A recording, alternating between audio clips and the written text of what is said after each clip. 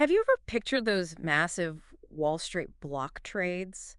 The ones involving millions, sometimes billions of dollars, Mhm. and how they seem to happen away from the main exchange floor, almost like, I don't know, an invisible handshake. Yeah, it's a critical part of the market's plumbing. Often less visible, sure, Yeah. but absolutely essential for moving really large positions without, well, causing chaos. Exactly. And that hidden world, that's what we're diving into today. Welcome back to the deep dive. Bye there. We're pulling apart a pretty fascinating tool used right in that space. It's called an indication of interest, or IOI. Right. And our source material for this deep dive comes from excerpts provided by FinCrime Intelligence. Gives us a good look at this mechanism. A mechanism that sort of bridges intent and execution for these big transactions. That's a good way to put it. So our mission today is pretty straightforward. Really dig into what IOIs are, why they're so important for certain kinds of trading, Mhm. where the big risks might be hiding, and crucially, what the sophisticated financial firms actually do to keep things, on the right side of the rules.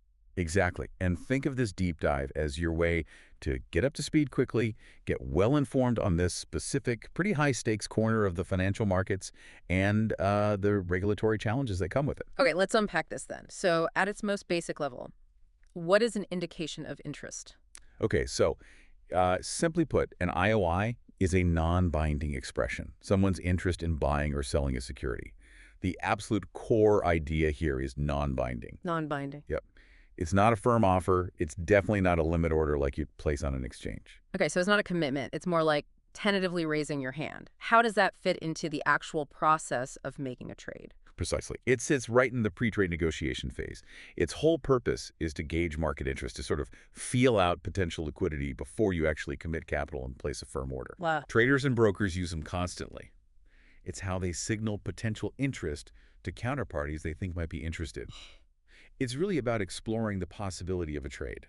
That helps you understand then that not every signal you might hear about in the market is a hard price or volume you can act on immediately. There's this layer of, well, preliminary conversation. And understanding that exploratory nature, that's really key to getting why IOIs matter so much, Yeah. especially, as you said, for large or sensitive transactions.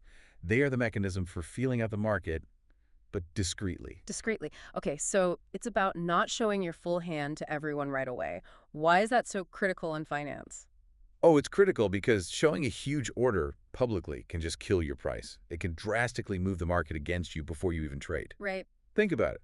If you need to sell a massive block of shares, putting a huge sell order out there for everyone to see could just drive the price down instantly. Yeah, makes sense. So, I always let institutional traders find a potential buyer for that block quietly. They can assess if there's interest, maybe at what rough price level, before any formal order hits the market and makes waves. So it's about minimizing that market impact. Exactly. Minimizing impact and preserving anonymity for those really big positions. Okay, that makes a lot of sense. You want to find someone to trade with without tipping off the entire street about what you're planning. So if you're sending out one of these indications to feel things out, what specific information usually goes into the message? What's in it? Well, the source material details the standard components. You'll pretty much always find the security identifier, Mm-hmm. the ISN or the ticker symbol, Okay. and it has to clearly state the side of interest. Mm-hmm. Are you looking to buy or looking to sell? And I guess you have to give some idea of the size you're thinking about. Oh, absolutely. The volume or size is crucial. I mean, that's the whole point for block trading. Often, you'll also see a price or maybe a price range included, But maybe not always a hard price. right? They can be more flexible in an IOI. Then there's usually a time validity, like this interest is good until this specific time or date. Got it. And the originator's identity is normally there, although in certain venues, especially dark pools, that identity might be kept anonymous initially. Interesting. And how are these signals actually sent around? Is it still like guys shouting across a trading floor? No, not really anymore. They're Huh. typically electronic messages. They get transmitted through trading platforms, order management systems the only software traders use, Right, the OMS. or even through direct communication channels like Bloomberg terminals or those secure chat systems brokers and clients use. And that electronic transmission brings us to where IOIs are really indispensable, which Hmm. is institutional block trading and dark pools. They are the fundamental tools for matching those large sensitive trades without splashing that potential activity all over the public exchange order book. Right. So for those big institutional investors, the pension funds, the mutual funds, what are the main benefits they get from using IOIs in these, let's say, less visible venues? Well, as the source points out, the benefits are pretty significant. First, minimizing market impact, which we've touched on. Right. Second, preserving anonymity for those really big orders.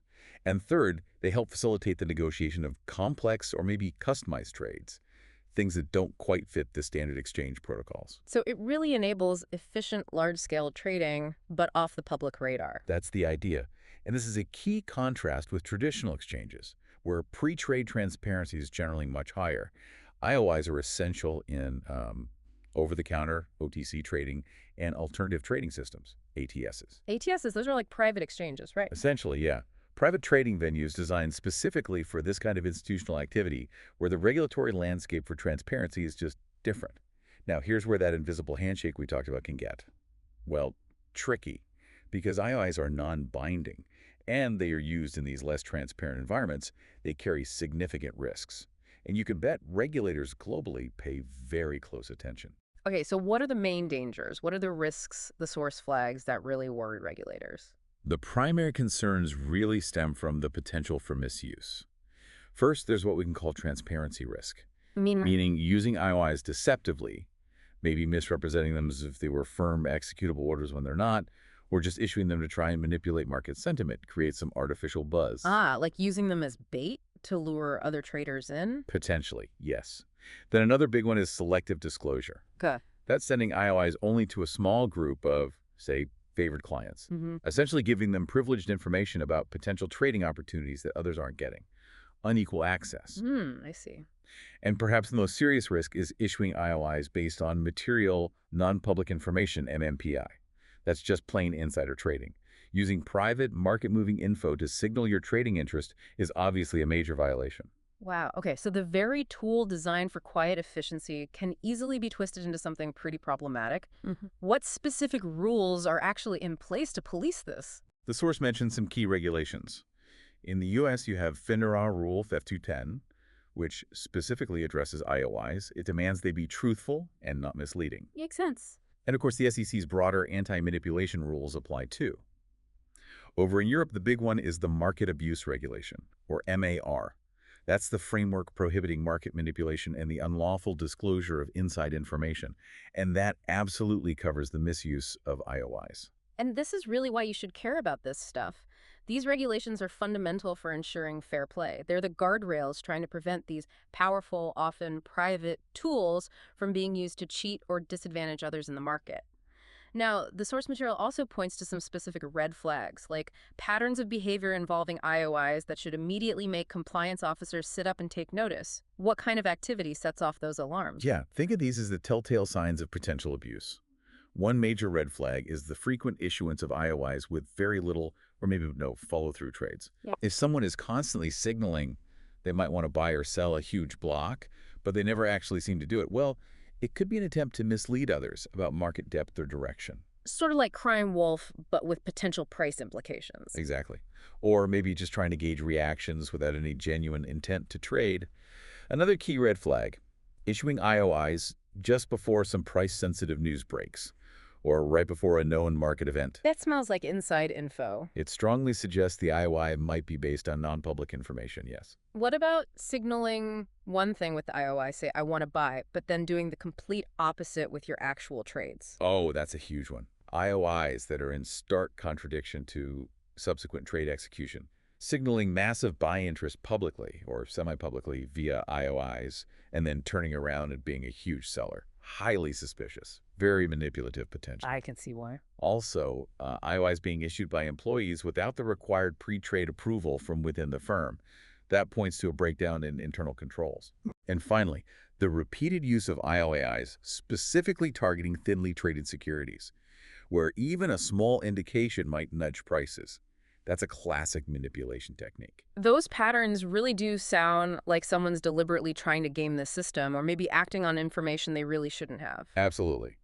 And given these serious risks, firms that deal with IOIs brokers, asset managers, they need incredibly robust internal controls. The source outlines several best practices for managing this compliance risk and, maintaining market integrity. Okay, so what are the practical steps? What are firms actually putting in place to police this kind of activity? Well, it really starts with foundational elements, like establishing clear written policies. These need to spell out exactly who within the firm is authorized to issue IOIs and under what specific conditions or circumstances. Makes sense. Clear rules of the road. Exactly. Then, it's absolutely non-negotiable to maintain detailed audit trails and logs for every single IOI. You need to capture who sent it, who received it, the time, the details, and crucially, link it to any resulting trades or lack thereof. So leaving a clear digital footprint of every single step. Precisely. You need that trail. On top of that, firms must conduct active surveillance and exception reporting on IOI activity. This means using technology, using algorithms to automatically flag those red flag patterns we just talked about. Ah, so the machines are watching. The machines are helping the humans watch, yes. Training is also absolutely critical. You need to make sure traders, sales desks, compliance staff, everyone involved fully understands the rules, the risks, and the potential consequences of misuse. Can't just assume people know. No, you have to train them explicitly. And finally, robust communications oversight, monitoring emails, chats, recorded voice lines. It's essential to detect conversations or language that might suggest misleading intent or behavior inconsistent with the IOIs being sent. And the source really emphasizes that putting these strict controls in place is particularly vital in certain markets, right? Like equities, fixed income, emerging markets, places where liquidity might be tighter. Yes, absolutely, because in those less liquid environments, even a non-binding signal like an IOI can have a disproportionate impact on the price, or it could reveal far too much about a large trading intention. The sensitivity is higher. So, taking a step back, despite all these compliance challenges, all the need for strict oversight, IOIs clearly haven't gone away. They're still used. What's their enduring strategic value in the market today? While their value remains very high, provided they're used correctly and compliantly. They are still essential tools for institutional market structure, Why is that? primarily because they facilitate the efficient matching of large orders, finding that other side for a big block trade. And this capability, interestingly, can actually help reduce overall market volatility compared to forcing those huge orders onto the public exchanges all at once. Ah, that's a good point. Less disruption. Less disruption. And crucially, they help firms meet their best execution obligations. Regulators require firms to get the best possible outcome for their clients' trades. IOIs help them find the best available price and liquidity for those large client orders without unnecessarily upsetting the broader market. And is technology playing a bigger role now beyond just, sending the IOI messages themselves? Oh, absolutely. There's a major push towards greater data transparency and accountability, even within these less public trading spheres.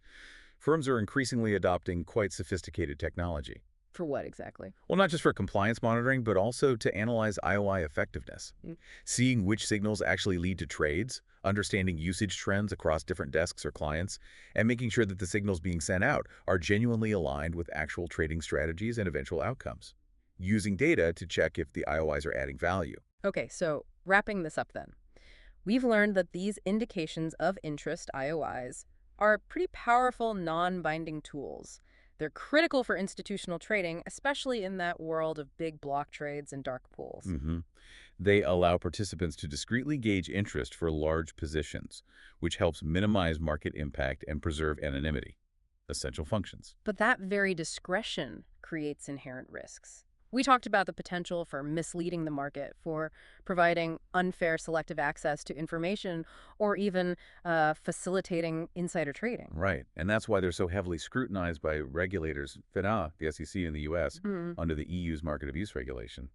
They're all watching closely. And firms fight back against these risks with a multi-layered approach. Clear internal policies, meticulous record keeping, automated surveillance looking for those red flags. Mandatory training for staff, and comprehensive oversight of communications. It's a whole framework. But when they are used responsibly, IOIs remain vital for market efficiency. They help match those large trades and support that crucial goal of best execution. And technology is playing an ever-increasing role in bringing more transparency and accountability to how they're used. Understanding IOIs really gives you, the listener, insight into that significant chunk of trading activity that happens just below the public surface. It's a big part of how markets work. It really is. And this leaves us with a fascinating question to consider, drawn directly from the material we've explored today. Okay. Given that fundamental tension, the need for anonymity and efficiency when executing large trades on one side, and the potential for misuse, for manipulation, for unfair practice on the other, Yeah. how will regulators and financial technology continue to adapt? How will they keep trying to balance these competing forces in the financial markets of tomorrow? Hmm. What does the future really hold for these crucial, non-binding signals in a world that seems to be demanding ever-increasing transparency?